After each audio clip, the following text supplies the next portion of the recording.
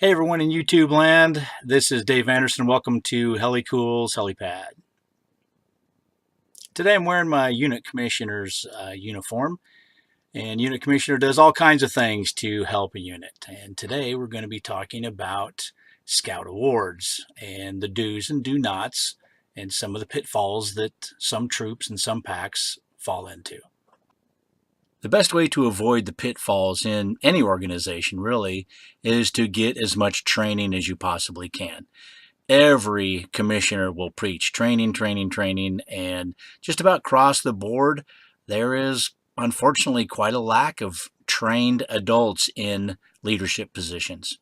Even if you have really well-trained leaders on paper, the training also needs to be recent.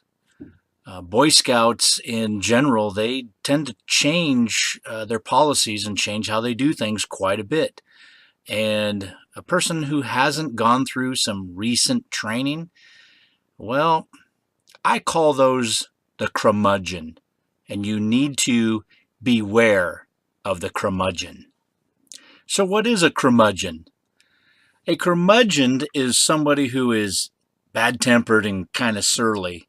And it's really, a scouting curmudgeon is really a person who is stuck in their ways, and they have seen it done effectively, most likely, 20 years ago, 30 years ago, maybe even 10 years ago. And because they don't really care for the changes, they like to see how it was and what they did as Boy Scouts, and now they're adults leading kids. It's just not the same. And yet they hold those kids to that same standard as when they were a Boy Scout. And a lot of times the new Boy Scout manuals don't have that information in there. It is impossible to find unless you have institutional knowledge like the curmudgeon. And the curmudgeon will make you feel fairly low for not knowing that information.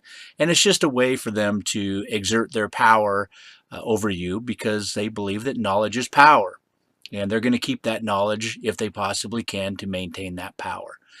Try to avoid the curmudgeon and try to avoid being a curmudgeon.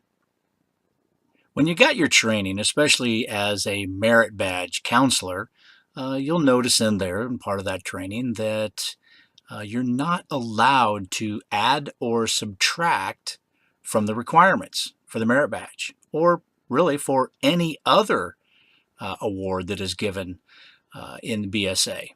The only thing that you can really do is if you have a troop award. Let's say that you have a special rope and it's colored blue and it's just a 3/8 rope, and you tie it to your backpack.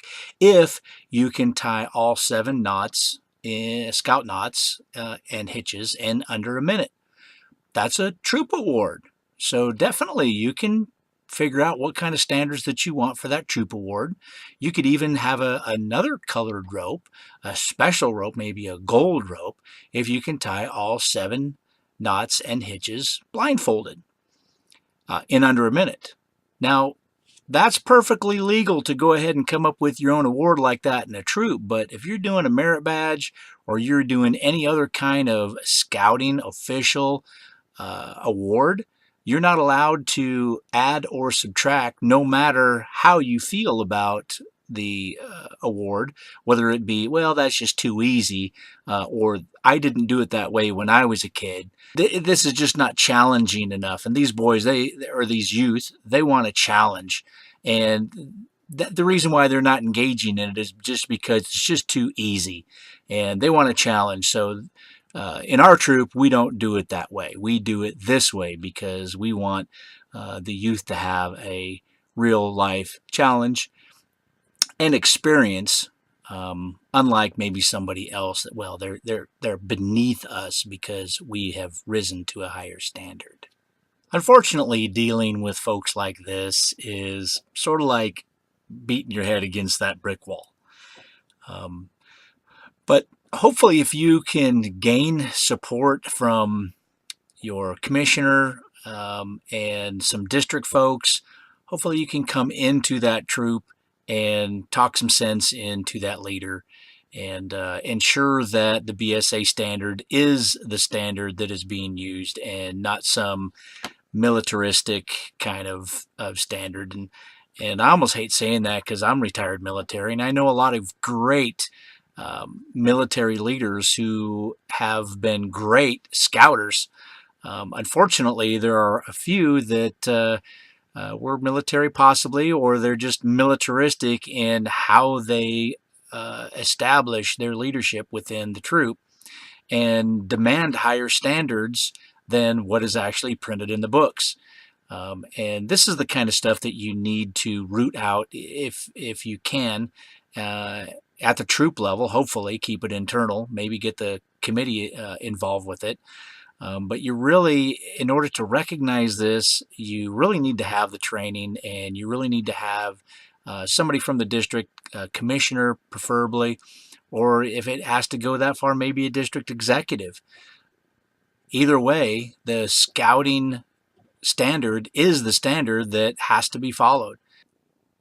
So how do you know that you're following the scouting standard? Well, pretty easy. It's in black and white. It's not hard to read. And if you can just read a little bit of the requirements and not fudge those requirements one way or the other, then you know that you're on the right path and you are holding to the standard. Don't read between the lines. If the standard is there, it is there. It's in black and white. If you're trying to read in between the lines, now you're getting a little bit off base and you're trying to add some standards where there is none. I've been luckier than most. I've been able to be in several different troops because being military, I traveled around a good little bit. My first camp out as a adult leader was in Death Valley. So I've been to many places, and there's still a lot of places that I want to go to. I know that I'm not the end-all, be-all, and most knowledgeable person that has ever scouted. I know that there are many, many folks that know quite a bit more than me. But the certainty is that the more you know, the better you're equipped to deal with issues that come up in your troop. The biggest controversies that I've ever seen are things like doing a merit badge. When all of a sudden kid comes up to you and says, hey, I really don't understand what this is here, or your son comes home and says, I need to do X, Y, and Z. And you're kind of like scratching your head going, wait a minute, what? And you take a look at the requirements, and there's no such thing as X, Y, or Z in the requirements. That should be a red flag, and you should immediately let the merit badge counselor know that there is an updated book that they should be going by, and if they fail to recognize that, or they just want to reject your reality and substitute their own, then you need to take it to a little bit higher level. But try to get it done at the level that it is most convenient, which would be the merit badge counselor. I've also seen things like the 50 miler award, saying that the person has to backpack all of the items on their back in order to get the 50 miler patch, which the 50 miler hike is a hike, and the requirements for a hike is 10 essentials. What are you supposed to do when you're riding a bike? Pack all of the equipment on your back? I suppose you could pack it on your bicycle, as long as you have things that are capable of doing that, like saddlebags. But you can also get a 50 miler by riding a horse. How are you supposed to pack everything while you're riding a horse? You wouldn't. You would use a pack animal, or you would use the animal to pack that with you. The requirement is to use no motors.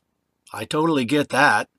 I mean, you can't motorboat 50 miles and call it a 50 miler. You can't ride a scooter that is powered by a motor and get your. You can't ride in a vehicle for 50 miles and get your 50 miler. I get that, but if you have a camp chair or a couple of items that gets carried along the way with a vehicle and gets dropped off for you, such as, well, let's say a very, very long trip, let's say a 100 miler. you're going to actually mail your equipment ahead of time to those pickup areas. Well, hey, there was a motor that was most likely used in carrying your extra food and water up to that drop-off point. Can you still call that a 50-miler? Even though you're backpacking, you used motors. Well, see, it doesn't really make sense. You just really can't read between the lines here. And to say that it is a tradition in the troop, it's just hogwash, and you just can't buy that. Well, hey, I hope this discussion enlightened you and gave you some motivation to ensure that the standards in your troop, crew, pack, whatever is kept high, but high as in you're going to actually read the requirement and not go above or below the requirement, but do the requirement. It is a good program. It is tried, true, trail tested. You'll have a good time if you do the program right. And try to avoid being a curmudgeon, and try to avoid being that militaristic person, or what we call a uniform Nazi. Try to avoid doing all of that. The awards are fun. Don't try to steal the fun away from the youth, or as a matter of fact, the adults. It's games with a purpose, and who really cares? What is it really going to hurt if somebody has an extra patch that is that says fun meter on it, or something like that? As long as you're not having some kind of odd things on it, like the merit badge that is the merit badge. You want to try to avoid things like that on your uniform. But anything else, it's all in fun. Make it a program. Don't make it so dang stringent that nobody has any fun.